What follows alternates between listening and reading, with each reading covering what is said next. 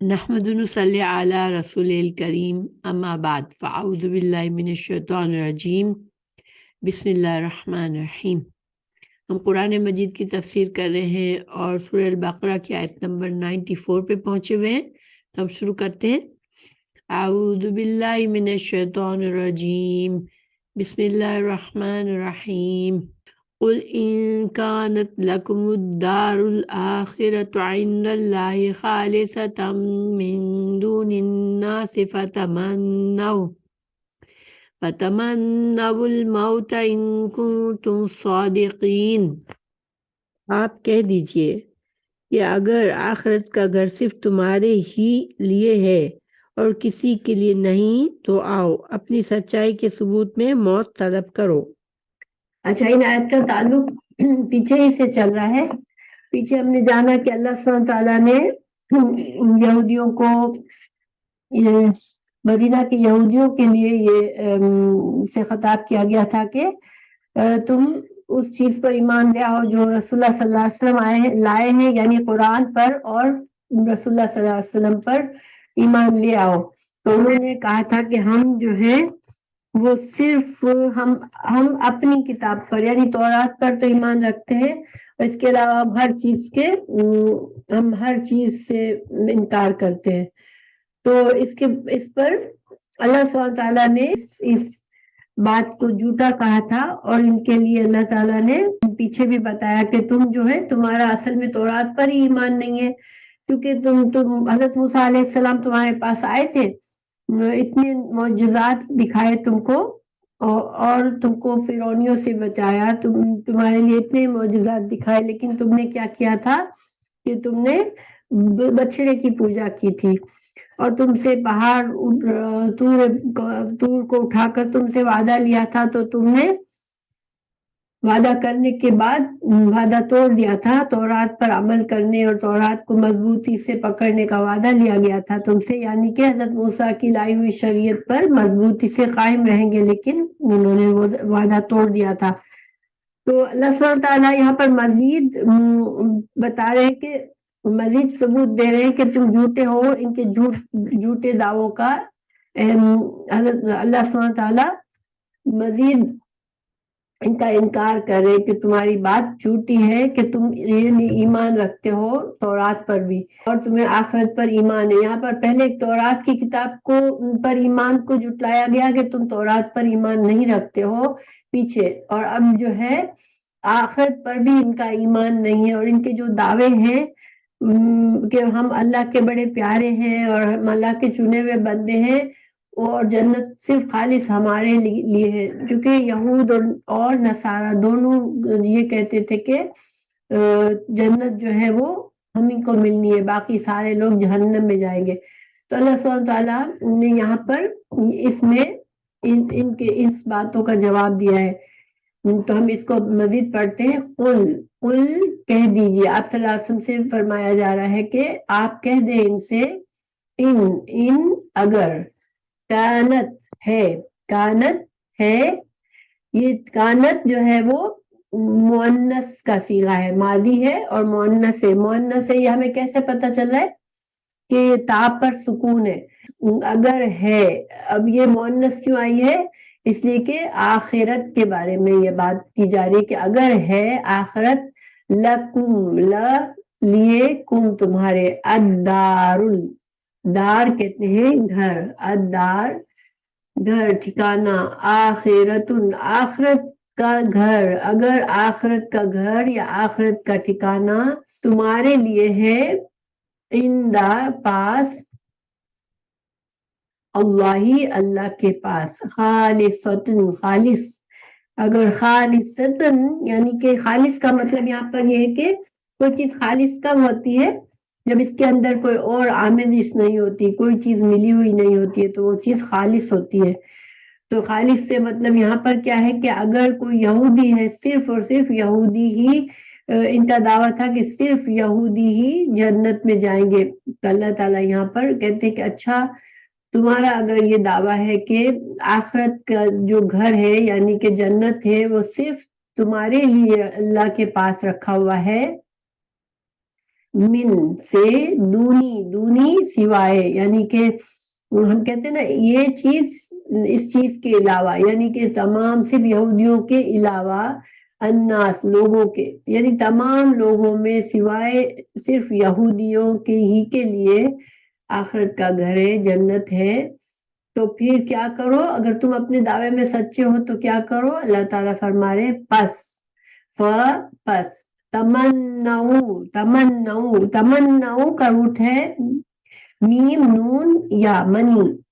ہم بھی اردو میں بھی تمنا کہتے ہیں نا۔ تمنا کیا ہوتی ہے اصل میں؟ کہ انسان جو ہے وہ اپنے اندازے سے، اپنے خیالات سے منصوبے جو بناتا ہے کہ یہ ہوگا، میرا یہ ہوگا، میرے پاس یہ گھر ہوگا، میرے پاس یہ کار ہوگی، میرے پاس فلاں چیز ہوگی، یہ ساری تمنائیں انسان اپنے اندازوں سے بنا لیتا ہے، وہ اس کی کوئی سالڈ بیس نہیں ہوتی، اس کو تمنا کہتے ہیں۔ تو اللہ تعالیٰ منی اندازہ کرنا، تو موت کو بھی ایکچولی منیتن کے نام سے منیتن کہا گیا ہے، موت کو بھی ایک جگہ پر۔ اور کیوں؟ کیونکہ موت کا بھی وقت کوئی یقینی نہیں ہوتا نا کہ موت کب آنی ہے۔ اللہ سبحانہ تعالیٰ یہاں کیا فرما رہے ہیں کہ تم تمنا کرو، تم خواہش کرو موت کی، ان کنتم اگر ہو تم صادقین، صادق کہتے ہیں سچا، اور یا نون جمع کا ہے، صادقین اگر تم سچے ہو تو تم کیا کرو؟ تم موت کی تمنا کرو، یعنی اگر تمہارا دعویٰ سچا ہے کہ مرنے کے بعد تمہیں جنت ملے گی، باقی لوگوں کو جہنم ملے گی، تو جس کو اتنا یقین ہے کہ میرے لیے تو جنت ہے اور جنت دنیا سے بہتر ہے، تو پھر اس کے لیے یہ اگر اس سے کہا جائے کہ اچھا تم قسم کھاؤ کہ تم جو ہے تم سچے ہو ورنہ تم مر جاؤ گے، یہ دعوت مباہلہ کہلاتی ہے۔ قرآن میں دوسری جگہ بھی یہ آئی ہے، جب عیسائیوں سے آل عمران میں کہا گیا کہ اگر تم رسول اللہ صلی اللہ علیہ وسلم کی دعوت کو کا انکار کرتے ہو اور تم یہ کہتے ہو کہ ہم اللہ کے محبوب بندے ہیں، اللہ کے خاص چنے ہوئے لوگ ہیں، تو تم اور مسلمان مل کے یہ دعا کرو کہ ہم میں سے جو جھوٹا ہے اس کو موت آ جائے۔ یہ ایکچولی دعوت مباہلہ ہے۔ تو حضرت ابن عباس رضی اللہ عنہ نے اس کی تفسیر میں فرمایا کہ دعوت مباہلہ ہے یہاں پر، اور سورہ آل عمران میں یہی دعوت مباہلہ عیسائیوں کو بھی کی گئی، اور سورہ جمعہ میں یہودیوں کو بھی دوبارہ یہی دعوت مباہلہ کی گئی، یعنی کہ تم اگر نبوت محمدیت سے انکار کرتے ہو اور اللہ سے محبوبیت کے دعوے میں سچے ہو تو پھر تم مباہلہ کرو، یعنی کہ اللہ کی بارگاہ میں مسلمان اور یہودی دونوں مل کر یہ عرض کریں کہ یا اللہ دونوں میں سے جو جھوٹا ہے اسے موت سے ہمکنار کر دے۔ تو اب ظاہری بات ہے کہ جس کو یقین ہو پورا، اگر یہودی اپنے اس دعوے میں ان کو واقعی سچے ہوتے اور ان کے دل میں پورا یقین ہوتا کہ واقعی ہم تو اللہ کے چنے ہوئے نیک بندے ہیں اور ہمارے لیے تو جنت ہے، تو پھر ان کو یہ اس دعوت مباہلہ سے انکار کی کوئی گنجائش ہی نہیں تھی، کیونکہ ظاہری بات ہے کہ جو اس انسان کو پکا یقین ہوتا ہے کہ میں اللہ کا فرما بردار بندہ ہوں، میں اللہ کی مرضی سے چل رہا ہوں، اگر اس سے کہا جائے کہ اچھا تو تم اگر سچے ہو تم واقعی اسلام سچا دین ہے تو تم قسم کھاؤ کہ اگر تم جھوٹے ہو تو تم کو موت آ جائے گی، تو وہ انسان چونکہ جھوٹا نہیں ہوتا، اس کو یقین ہوتا ہے تو وہ ضرور قسم کھا لیتا، مگر انہوں نے نہیں قسم کھائی، انہوں نے نہیں اپنی موت کی تمنا کی، اور نہ ہی یہودیوں نے نہ ہی عیسائیوں نے۔ سورہ آل عمران میں ہمیں پتہ چلتا ہے کہ انہوں نے بھی دعوت مباہلہ کو قبول نہیں کیا تھا، گویا دل میں وہ جانتے تھے کہ ہم جو کچھ کر رہے ہیں وہ غلط کر رہے ہیں، اور ہم جو جھوٹی باتیں کر رہے ہیں، جھوٹے دعوے کر رہے ہیں، وہ بھی ہمارے دعوے غلط ہیں۔ تو آگے آیت میں اللہ تعالیٰ فرمائے کہ اصل حال ان کا کیا ہے، ان کے دل کی کیا حالت ہے، ولن اور ہرگز نہیں، یتمنوہ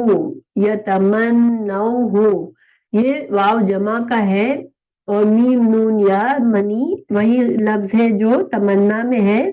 نہیں وہ تمنا کریں گے وہ سب یہودی جن کو یہ دعوت دی گئی وہ اور جو دعویٰ کر رہے تھے کہ ہم اللہ کے خاص بندے ہیں ہم جنت میں جائیں گے. تو اللہ تعالیٰ فرمائے ہیں کہ یہ تمنا نہیں کریں گے اس کی یعنی کہ موت کی تمنا نہیں کریں گے. یہ جو ہے یہ ضمیر ہے اور یہ موت کے لیے آئی ہے.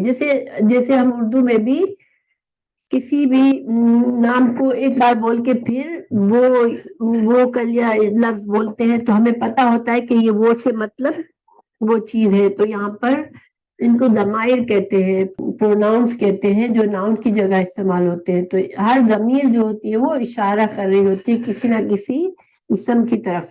تو یہ ضمیر موت کی طرف اشارہ کر رہی ہے کہ کبھی بھی اس موت کی تمنا نہیں کریں گے ابدن کا لفظ بھی ہم اردو میں بھی بولتے ہیں ابد یعنی کہ ہمیشہ کے لیے ابدی زندگی ہمیشہ کی زندگی. تو یہ کبھی بھی اس کا مطلب یہی ہے کہ کبھی بھی یہ موت کی تمنا نہیں کریں گے. بیما یہاں با جو ہے با سبب بتانے کے لیے یعنی با کے کئی مطلب ہوتے ہیں. ساتھ بسم اللہ میں اس کا مطلب ہوتا ہے ساتھ. یہاں پر ہے وجہ سبب یہ ہے ان کے کبھی بھی موت کی تمنا نہ کرنے کا سبب کیا ہے کہ ماں جو قدمت قدم ہمارے جو قدم سے مطلب ہے قدم مطلب ہم جب انسان قدم بڑھاتا ہے آگے کی طرف تو قدمت آگے بھیجا. ایدیہم ایدی ید کی جمع ہے ید کا مطلب ہاتھ ایدی ہاتھوں نے ہم ضمیر ہے ان کے ہاتھوں نے. اور مطلب کیا ہے یہ ایک محاورہ کی طرح پر ہے جیسے انسان کوئی اعمال کرتا ہے تو اپنے ہاتھ پیروں سے جو بھی عمل کرتا ہے تو وہ اس کا عمل ہوتا ہے. تو یہاں پر ان کے ہاتھوں سے پیروں سے یعنی ان کے جو بھی اعمال انہوں نے کیے ہیں جیسے اعمال کیے ہیں ان کی بدعمالیوں کی طرف اشارہ ہے کہ انہوں نے اتنے کوئی برے اعمال کیے ہیں کہ ان کو پتہ ہے کہ اتنے گناہ انہوں نے کیے ہوئے ہیں کہ اگر موت آئے گی تو وہ ان کو جواب دینا پڑے گا. تو اس ڈر کے مارے یہ کبھی بھی موت کی تمنا نہیں کریں گے. یعنی یہ جو باتیں بناتے ہیں دعوے کرتے ہیں کہ ہم کو تو جنت ہمارے لیے انتظار کر رہی ہے تو ان دعووں میں ان کو دل جانتے ہیں کہ یہ جھوٹے دعوے کر رہے ہیں صرف زبانی باتیں کر رہے ہیں اندر جیسے. تو ان کے دل ڈرتے ہیں کہ ہم جو برے اعمال کر رہے ہیں اس کی وجہ سے ہمیں سزا ملنی ہے موت کے بعد. اس وجہ سے وہ موت سے اتنا ڈرتے ہیں کہ موت کی کبھی بھی تمنا نہیں کریں گے. اصل میں دیکھیں انسان زندگی کا حریص کب ہوتا ہے بہت جس کو پتا ہوتا ہے کہ جس کو جو بھی کچھ حاصل کرنا ہے یہی کرنا ہے اس نے موت کے مرنے کے بعد کے لیے اپنے لیے کوئی اچھے اعمال کر کے آگے نہیں بھیجے ہوتے ہیں. تو اس کو پتا ہوتا ہے کہ میں نے کوئی نیک اعمال کر کے آگے نہیں بھیجے ہیں تو مجھے تو بس یہ جو زندگی ہے اسی میں جی لوں. تو آپ کو پتا ہوگا کہ یہ جتنے بھی لوگ بہت زیادہ گناہوں کی زندگی گزارتے ہیں ان کو بہت زیادہ زندگی سے محبت ہوتی ہے اور جو نیک بندہ اللہ کا فرما بردار بندہ ہوتا ہے وہ دنیا میں اتنا دل نہیں لگاتا اور اس کو موت سے اتنا ڈر نہیں لگتا. ہاں البتہ ہمارے دین میں ہمیں یہ نہیں کہا گیا کہ ہم موت کی تمنا کریں. ٹھیک ہے یہ تو ان کو تو ایک چیلنج کے طور پر کہا گیا ورنہ ہمیں موت کی تمنا نہیں کرنے کی ہے. زندگی اللہ کا انعام ہے. ہماری زندگی بھی ایک اللہ کی نعمت ہے اور ہمیں اس نعمت کی قدر کرنی ہے اور ہمیں اچھے سے اچھے طریقے سے زندگی گزارنی ہے. اور کبھی اچھے برے وقت آئے تو اللہ سے امید رکھنی ہے کیونکہ نا امید ہو جانا اللہ کی رحمت سے نا امید ہو جانا کہ بس میری زندگی میں کچھ بھی نہیں ہے اب مجھے موت چاہیے تو یہ بہت بڑا گناہ ہے. تو موت کے انسان کو تمنا نہیں کرنی چاہیے لیکن موت کو بالکل فراموش بھی نہیں کرنا چاہیے. موت کی یاد کرنی چاہیے کہ مجھے مرنا ہے کیونکہ جب ہم موت کے بارے میں سوچتے ہیں تو ہمیں ظاہری بات ہے کہ ہمیں ڈر لگتا ہے کہ ہمیں کچھ کرنا بھی ہے زندگی کی آخرت کے لیے، اپنے کچھ کمائی بھی کرنی ہے، ورنہ ہم کو آخرت میں ہمارے پاس کوئی نیک اعمال نہیں ہوں گے۔ تو بہرحال انہوں نے، اللہ تعالیٰ نے ان کو یہاں پر جھٹلایا ہے کہ ان کے دعوے یہ کہ ہم صرف جنت کے مستحق ہیں اور ہم اللہ کے محبوب چہیتے ہیں، یہ سارے دعوے خود ان کو بھی معلوم ہے، اور یہ صرف اچھی اچھی باتیں کر رہے ہیں لوگوں کے سامنے، لیکن دل ان کے ڈرے ہوئے، ان کو پتہ ہے کہ یہ گناہ بہت نافرمانیاں کر رہے ہیں اور اللہ تعالیٰ کی ناراضگی کے کام کر رہے ہیں۔ مگر پھر بھی دیکھیں، جب ان کو اتنی محبت دنیا سے انسان کو ہوتی ہے نا، تو یہ جانتے ہوئے بھی وہ انسان برداشت نہیں، اس کے اندر صبر نہیں ہوتا۔ جتنا انسان کے اندر زندگی سے محبت ہوتی ہے اتنا بے صبر وہ ہوتا ہے کہ بس مجھے جلدی سے جلدی سب اچھا جو کچھ مل رہا ہے جلدی مل جائے، بس اسے آخرت کو ان کا انتظار نہیں کرنا ہوتا۔ ورنہ اگر انسان کو اللہ پر بھروسہ ہو تو اس کے اندر صبر بھی ہوتا ہے کہ اگر آج مشکل ہے تو کل آسانی بھی ہو جائے گی، اور اگر آج مجھے کوئی چیز نہیں مل رہی ہے تو انشاءاللہ کل میری آخرت اچھی ہوگی۔ تو وہ انسان کبھی ناشکرا نہیں ہوتا اور اللہ کا نافرمان نہیں ہوتا۔ جتنے زیادہ انسان گناہوں میں گر جاتا ہے پھر وہ موت سے اتنا ہی زیادہ گھبراتا ہے۔ تو اللہ تعالیٰ نے اس آیت میں ان کے بارے میں بتا دیا کہ یہ ہرگز یہ تمنا نہیں کریں گے، اور یہی ہوا۔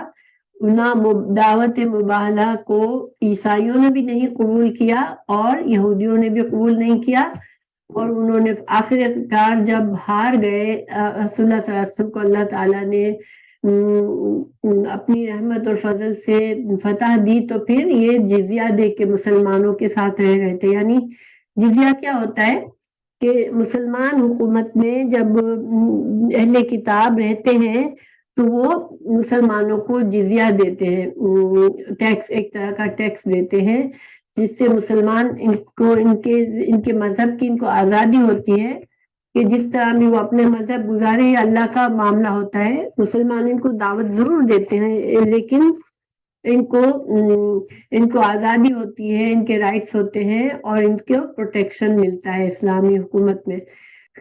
آگے ہم بڑھتے ہیں۔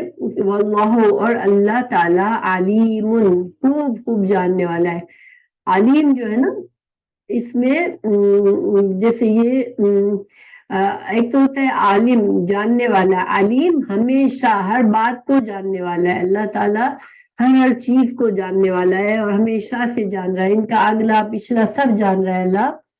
بالظالمین، ظالمین، ان کو ظالم کہا گیا کیونکہ ظالم کون ہوتا ہے؟ جو حق تلفی کرتا ہے کسی چیز کو، تو جہاں جگہ ہوتی ہے وہاں پر اس کو نہیں دیتا، جو مقام جس چیز کا کو دینا چاہیے وہ مقام کو نہیں دیتا۔ تو انہوں نے، ان کا ظلم کیا تھا کہ سچا دین ان کے پاس آیا، سچے رسول آئے، مگر انہوں نے ان کو جھٹلا دیا۔ تو یہ ظالم تھے، اپنے آپ پر ہی ظلم کیا انہوں نے، تو اپنے آپ کو اللہ کا مغضوب بنایا۔ تو اللہ تعالیٰ فرما رہے کہ یہ لوگ کچھ بھی دعوے کریں، اللہ سبحانہ تعالیٰ تو علیم ہے، جاننے والے ہیں۔ پھر آگے اللہ تعالیٰ فرما رہے ہیں، مزید ان کے بارے میں کامنٹ دے رہے ہیں کہ اور یہ حال ان کا ایسا ہے، لا البتہ تجدنہم، تجدہ کا روٹ ورڈ ہے واو جیم دال، وجدہ کا مطلب ہوتا ہے کہیں پانا، کسی چیز کو پانا۔ اللہ تعالیٰ فرمائے اور حال ان کا یہ حال کا ہے، واو، ٹھیک ہے، ان کا حال بتا رہے ہیں کہ اصل حال کیا ہے ان کا، کہ تم ان کو کیا پاؤ گے؟ تجدہ، تا یہ تا تم ہے، یہ فعل مضارع ہے، تجدہ جو ہے وہ فعل مضارع ہے، تا تم کے لیے، تم پاؤ گے۔ اور یہ نون جو ہے، اس نون پر شد جو ہے وہ یہ ضرور بضرور، یعنی کہ بات میں زور پیدا کرتا ہے، ٹھیک ہے۔ یہاں پر تجدن ہوتا، تجدن، لیکن تجدن نون پر شد، دو نون کیوں آئے؟ ایک نون تاکید کا ہے، بات میں زور دینے کا ہے، اسی لیے یہاں پر ترجمے میں ضرور پاؤ گے ہے، ٹھیک ہے۔ البتہ تم ضرور پاؤ گے ہم ان کو، یہ ہم کی ضمیر کہاں جا رہی ہے؟ وہی یہودیوں کی طرف جا رہی ہے جن کی بات چل رہی ہے پیچھے سے، ٹھیک ہے؟ تو البتہ تم ضرور پاؤ گے احرس جیسے دیکھیے اکبر کا کیا معنی ہوتا ہے؟ اللہ اکبر، اللہ سب سے بڑا ہے، ٹھیک ہے؟ تو احرس اس طرح کے وزن میں اکبر، احرس، اصغر سب سے چھوٹا، احمد سب سے زیادہ محبت کیا کرنے والا، تعریف کرنے والا۔ تو اس میں جب اس وزن پر جب الفاظ آتے ہیں تو اس میں ایک مقابلہ ہوتا ہے، یہ دو چیزوں کا مقابلہ ہوتا ہے یا سب سے زیادہ، تو یہ کمپیریٹیو ہوتا ہے یہ ورڈ احرس، حریص ترین، احرس الناس لوگ، یا لوگوں میں حریص ترین پاؤ گے ان کو۔ اور حریص کون ہوتا ہے؟ ہرس، ہم ہرس اردو میں بھی کہتے ہیں نا، تو ہرس کیا ہوتی ہے؟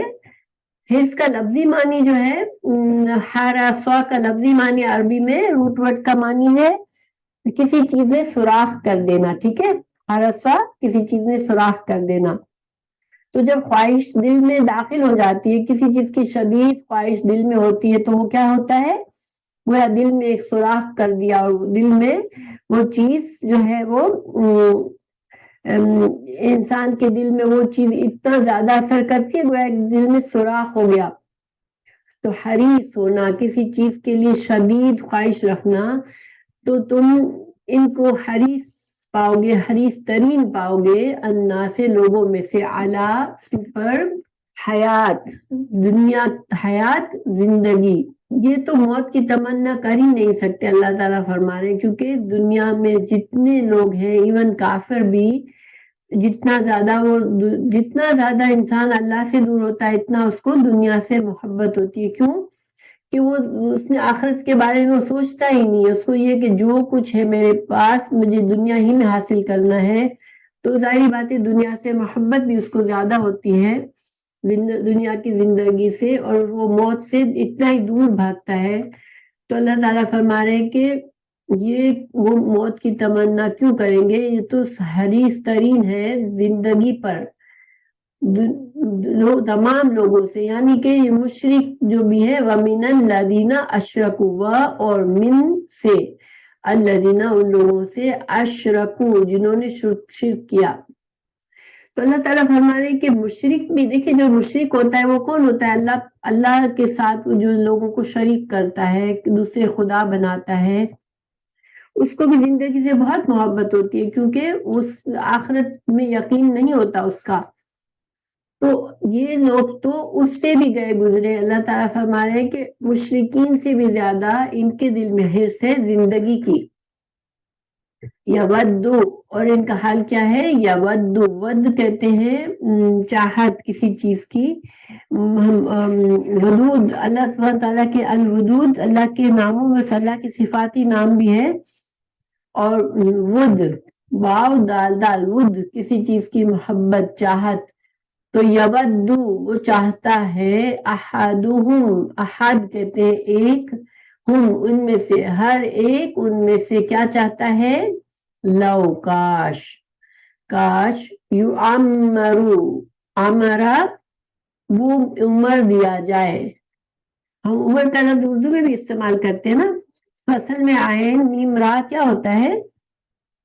اس سے تعمیر بھی اسی سے آتا ہے، تعمیر کرنا کیا ہوتا ہے؟ بلڈنگ کو تعمیر کرتے ہیں، مکان کی تعمیر کرتے ہیں، تو کیا یہ سیم روٹ ورڈ عمر گزارنے کے لیے بھی ہے، کیونکہ جب انسان اپنی زندگی میں کچھ کرتا ہے، جب انسان زندگی میں اپنی عمر گزار رہا ہوتا ہے تو وہ کچھ نہ کچھ کر کے چھوڑتا ہے، یعنی انسان نے کچھ بلڈ کرتا ہے، اپنا گھر، اپنی اولاد، اپنی فیملی،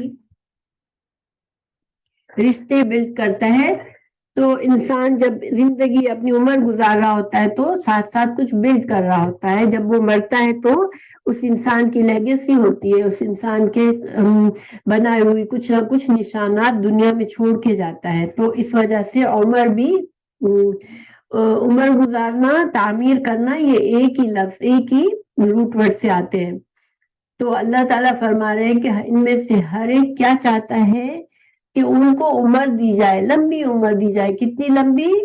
الفا سنتن، الفا کہتے ہیں 1000، سنتن سال. ان میں سے ہر ایک کی خواہش کیا ہے کہ 1000 سال تک جیے اس دنیا میں. وہ ہے نا دعا، تم جیو ہزاروں سال. تو یہ ان کے دل میں خواہش ہے کہ ہر کوئی بس بہت لمبی عمر جیے دنیا میں. لیکن اللہ تعالیٰ فرما رہے ہیں کہ لمبی عمر تو ان سے، لمبی عمر سے بھی ان کو عذاب سے نہیں بچیں گے. وما، اور نہیں. یہ واو حال کا ہے، یعنی کہ اصل حقیقت حال کیا ہے کہ نہیں ہوا وہ، یعنی لمبی عمر، یہ ہوا اس عمر کی طرف جا رہا ہے. اوکے، ہوا کا اشارہ، یعنی یہ لمبی عمر جو ہے وہ نہیں ہے کہ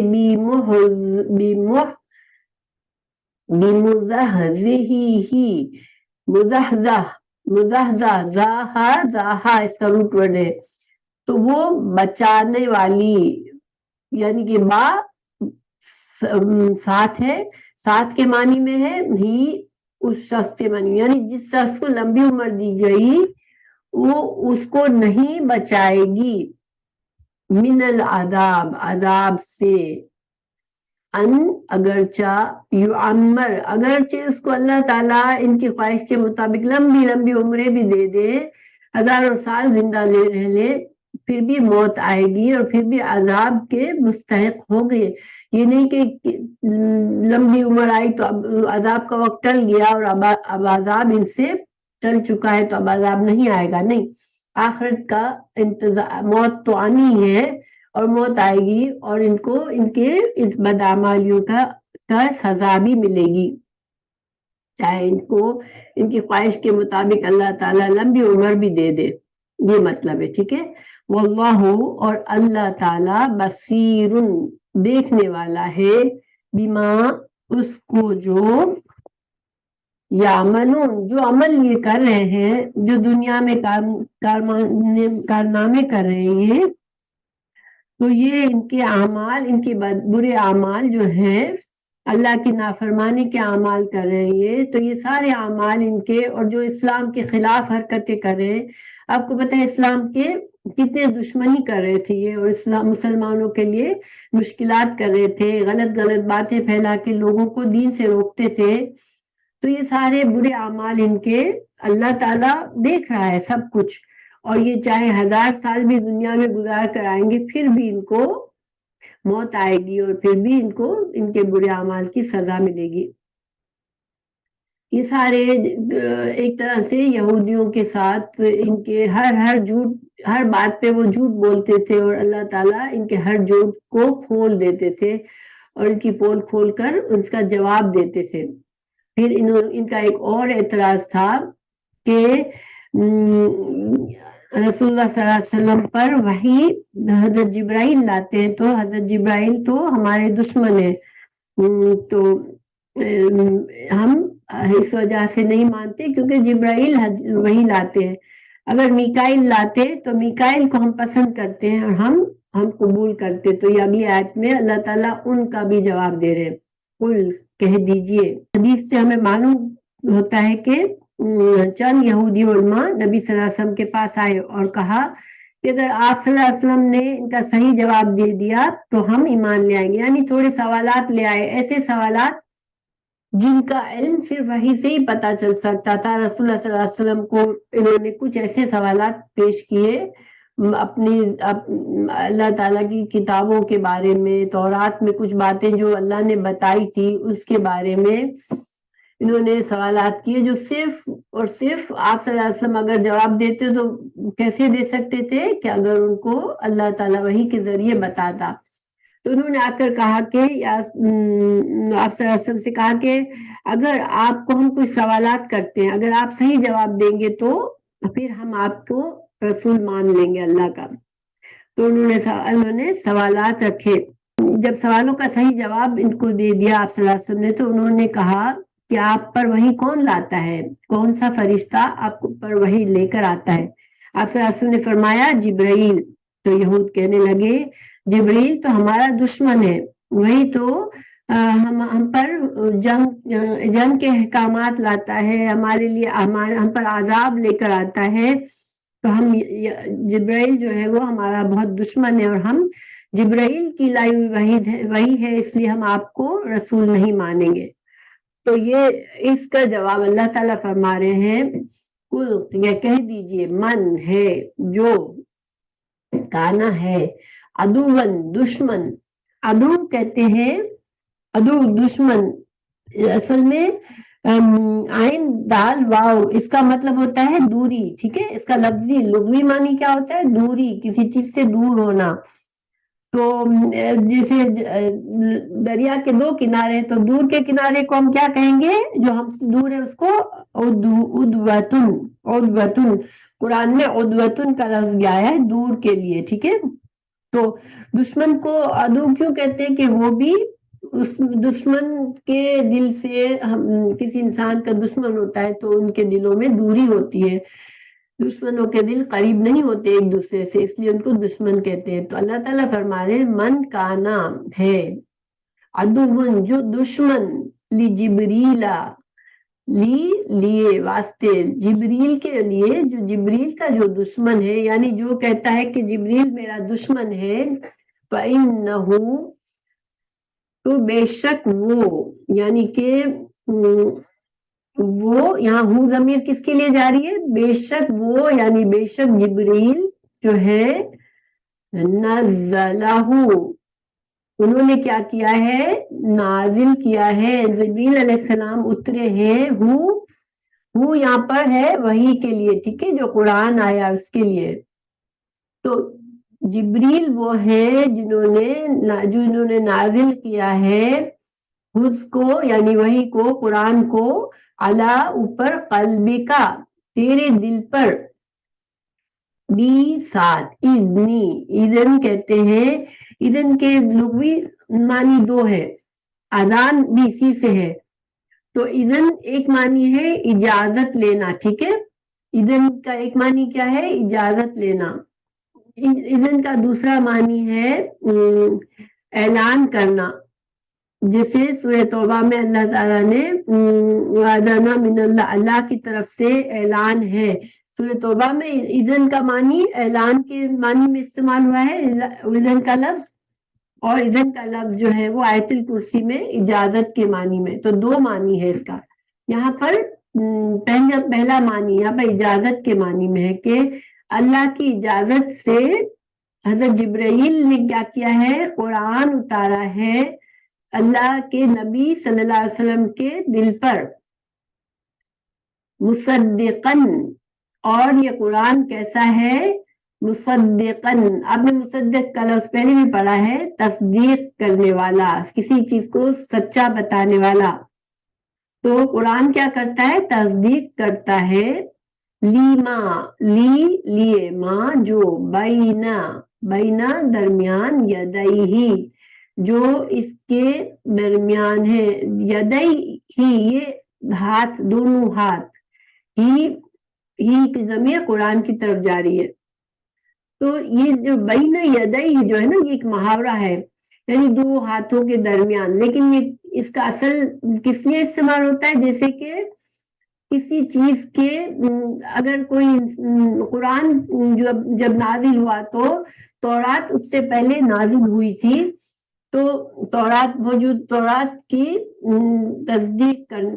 کی تصدیق کرنے والا ہے، ٹھیک ہے۔ بین یدئی کا بعض اوقات کسی چیز کے سامنے کوئی چیز ہوتی ہے وہ مطلب لیا جاتا ہے، کسی کے پیچھے کوئی چیز ہوتی ہے اس کا مطلب لیا جاتا ہے، یعنی کسی کے زمانے میں کوئی چیز ہوتی ہے تو مطلب لیا جاتا ہے، یہ ایک محاورہ ہے۔ لفظی معنی کیا ہے؟ دونوں ہاتھوں کے درمیان، ٹھیک ہے۔ تو یعنی کہ جب قرآن آیا تو لوگ تورات کو جانتے تھے، تورات کا چاہے اس میں تبدیلی ہوئی تھی مگر تورات کا علم موجود تھا کہ تورات ہے۔ تو اللہ تعالیٰ قرآن جو تھا، جب قرآن آیا تو قرآن نے تصدیق کی تورات کی، کہ تورات میں جو خبریں دی گئی تھی ان کو، جو غیب کی باتیں بتائی گئی تھی، جیسے موت کے بارے میں، جنت کے بارے میں، جہنم کے بارے میں، جو پچھلی قوموں کے حالات بتائے گئے تھے، جیسے جو کہ حضرت موسیٰ سے پہلے کی قومیں جو آئی دنیا میں، جن کو اللہ نے رسول بھیجے، قوم عاد، قوم ثمود، یہ سارے واقعات تورات میں بھی موجود تھے۔ تو گویا قرآن نے ان باتوں کی تصدیق کر دی، تو تورات کی تصدیق کرنے والا ہے قرآن تو وہ ہدن، اور دوسری قرآن میں کیا خوبی ہے؟ ہدن ہدایت ہے، وہ بشرا خوشخبری، بشارت ہم کہتے ہیں نا اردو میں کسی کو خوشخبری دینا۔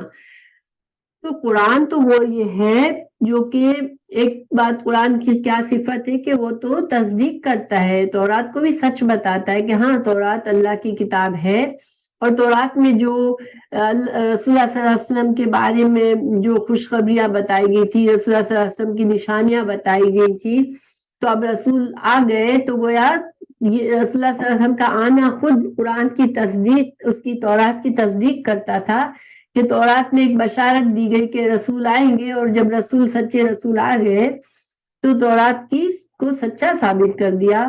تو یہ ساری باتوں کے علاوہ کیا تھا کہ اس میں قرآن میں تو ہدایت ہے اور خوشخبری ہے مومنوں کے لیے، جو قرآن پر ایمان لے آتا ہے اس میں ان کے لیے خوشخبری بھی ہے اور ان کو صحیح راستے کی رہنمائی بھی ہے۔ اللہ تعالیٰ نے یہاں فرمایا کہ جو کہ یہ جبریل کو اپنا دشمن بتاتے ہیں، تو اللہ تعالیٰ فرما رہے کہ جبریل سے دشمنی کا کیا مقصد ہے؟ جبریل تو اللہ کے فرشتے ہیں، اور وہ تو اللہ کی اجازت سے جو کچھ کرتے ہیں، اور وہ اللہ کی اجازت سے قرآن لائے ہیں، اور قرآن کو کہاں نازل کیا ہے؟ آپ کے قلب پر، آپ کے دل پر۔ تو یہاں پر ہمیں ایک سیکھنے کی بات کیا ملتی ہے کہ قرآن جو ہے دل پر نازل ہوتا ہے، قرآن ہمارے دل کو اثر کرتا ہے۔ ہم قرآن سیکھتے ہیں تو قرآن بھی ہمارے دلوں کو بدلتا ہے۔ تو قرآن آپ صلی اللہ علیہ وسلم کے دل پر اتارا گیا تھا، اور جب ہم بھی قرآن پڑھتے ہیں، سیکھتے ہیں، سمجھتے ہیں، تو قرآن کا اثر کہاں ہوتا ہے؟ ہمارے دل پر ہوتا ہے۔ جب تک قرآن ہمارے دل پر اثر نہیں کرتا وہ ہمارے عمل میں نہیں آ سکتا۔ تو قرآن کا تعلق دل سے ہے ہمارے۔ تو اور یہ کس کی اجازت سے آیا ہے؟ قرآن اللہ کی اجازت سے آیا ہے، یعنی جبرائیل نے کوئی اپنے فیصلے سے نہیں کیا۔ تو گویا جبرائیل پر اگر تم اعتراض کرتے ہو کہ جبرائیل تو کی بات تو ہم نہیں مانیں گے، تو یہ جبرائیل کی بات تو ہے ہی نہیں، یہ تو اللہ کی بات ہے۔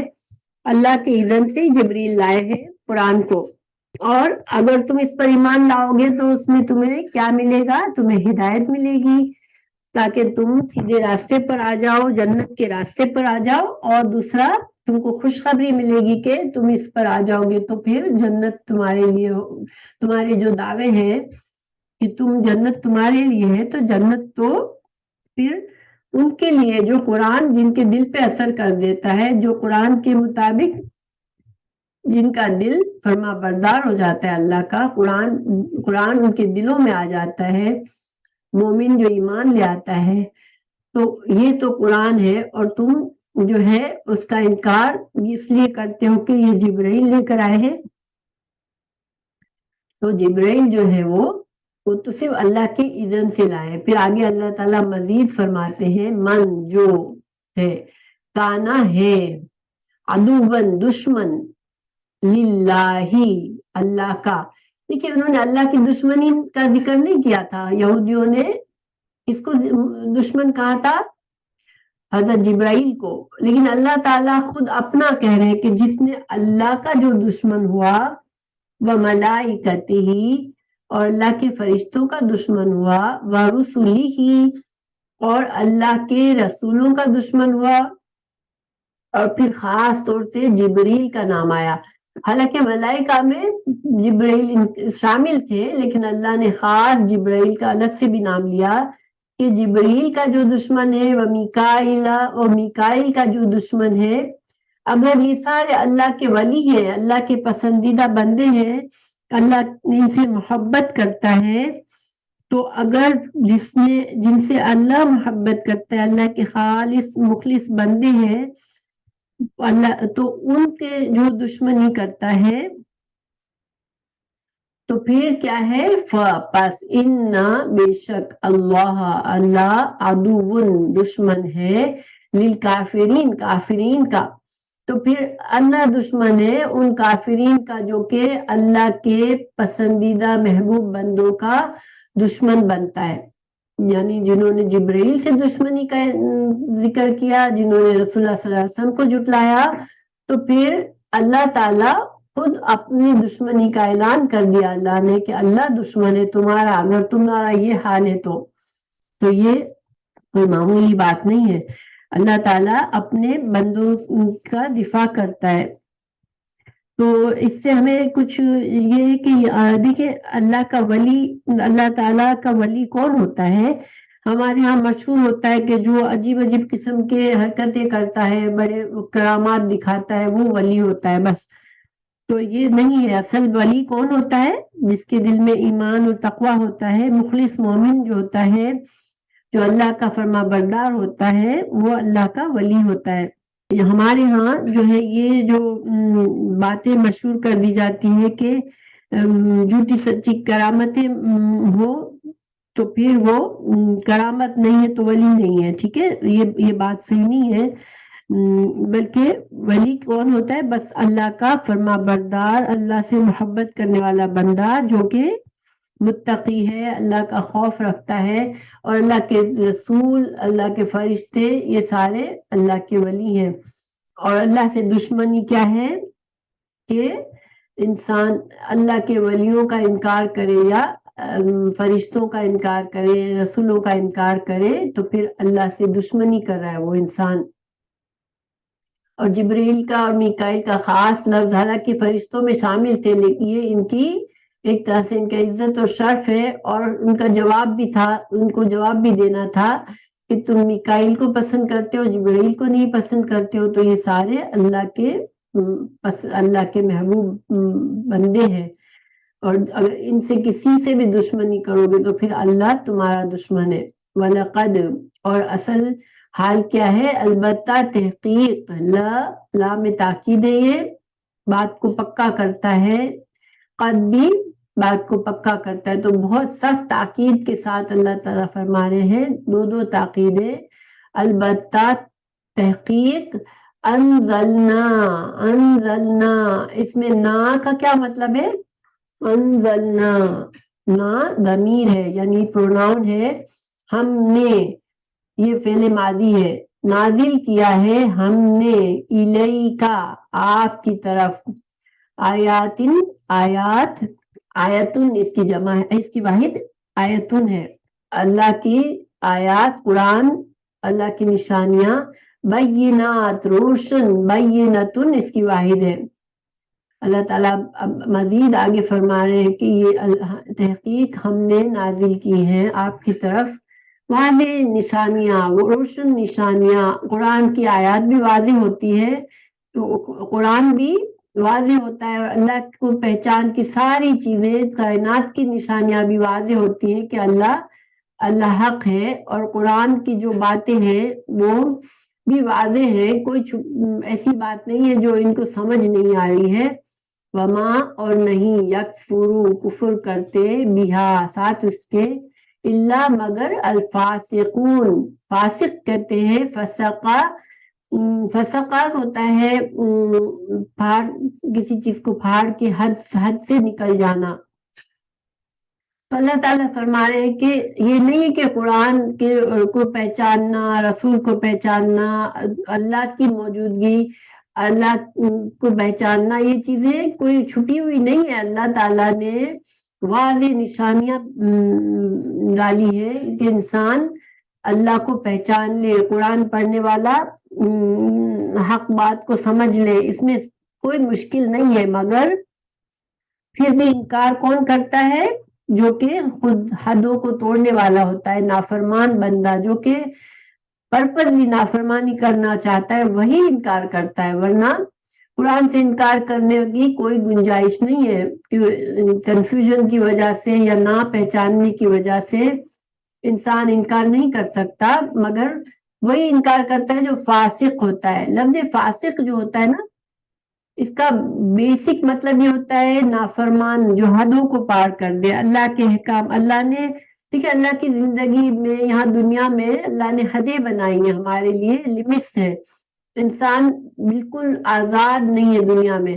تو اللہ کی جو حدیں، مقرر حدیں ہیں، اس کے اندر ہم کو رہنا ہے. لیکن ان حدوں کو جو پار کرنے والے ہیں، جو باؤنڈریز کی عزت نہیں کرتے، باؤنڈریز کی پرواہ نہیں کرتے، وہی لوگ انکار کرتے ہیں قرآن کا. کیونکہ قرآن جو ہے جب ہم پڑھتے ہیں سیکھتے ہیں تو قرآن ہمیں ایک ضابطہ بتاتا ہے، قانون بتاتا ہے. جیسے کسی بھی ملک کا قانون ہوتا ہے کہ ہمیں یہ کرنا ہے، تو اس ملک میں رہنے کے لیے ہمیں اس قانون کو سمجھنا پڑتا ہے، اس کو فالو کرنا پڑتا ہے. تو اللہ کی زمین پر رہنے کے لیے جو ضابطہ حیات ہے ہمارے لیے، جو قانون ہے، وہ بتاتا ہے قرآن. تو وہ قرآن تو واضح ہے، اس میں کوئی ایسی بات نہیں ہے کہ انسان کو شک میں مبتلا کر دے. تو لیکن یہ واضح قانون مل گیا تم کو، بالکل کلین کٹ تم کو بتا دیا گیا کہ تمہاری یہ باؤنڈریز ہے، تم کو فرما بردار بن کے رہنا ہے، تو اس طرح رہنا ہے. لیکن پھر بھی ان باؤنڈریز کو کون کراس کرتا ہے؟ جو کہ نافرمان ہوتا ہے، جو چاہتا ہے کہ وہ اپنی مرضی کی زندگی گزارے، اللہ کی نافرمانی کرتا پھرے، وہی ایسا کرتا ہے. تو کیونکہ یہاں تو یہودیوں نے آپ صلی اللہ علیہ وسلم کو پہچان لیا، اس کے باوجود وہ ایمان نہیں لاتے تھے اور روزانہ کوئی نیا بہانہ بناتے تھے. تو اللہ تعالیٰ نے فرمایا کہ یہ نہیں ہے کہ ان کو یہ آیات سمجھ میں نہیں آ رہی ہے، ان کو کوئی کنفیوژن ہے. بس وجہ صرف یہ ہے کہ ان کو نافرمانی کی زندگی گزارنی ہے، ان کو اللہ کی حدیں پسند نہیں ہے، اللہ کی مقرر حدوں سے ان کو آگے بڑھنا ہے. لیکن لفظ فاسق جو ہے نا، وہ بڑی نافرمانی کے لیے بھی استعمال ہوا ہے قرآن میں اور چھوٹی نافرمانی کے لیے بھی. تو اس سے ہمیں کیا سبق ملتا ہے؟ انہوں نے تو، یہاں یہودیوں نے تو ایمان کا ہی انکار کر دیا اور اللہ تعالیٰ ان سے سخت ناراض ہوئے. لیکن ہم میں سے کوئی فاسق ہو سکتا ہے، کوئی مسلمان فاسق ہو سکتا ہے؟ تو ہاں، کیونکہ فاسق جو لفظ ہے اس کا مطلب ہے نافرمانی، اللہ کی حدوں کو توڑنا. اب انسان چھوٹا گناہ کرتا ہے تب بھی اللہ کی نافرمانی کر رہا ہوتا ہے، تو وہ فسق کر رہا ہوتا ہے، اور بڑا گناہ کرنے والا بھی فاسق ہوتا ہے.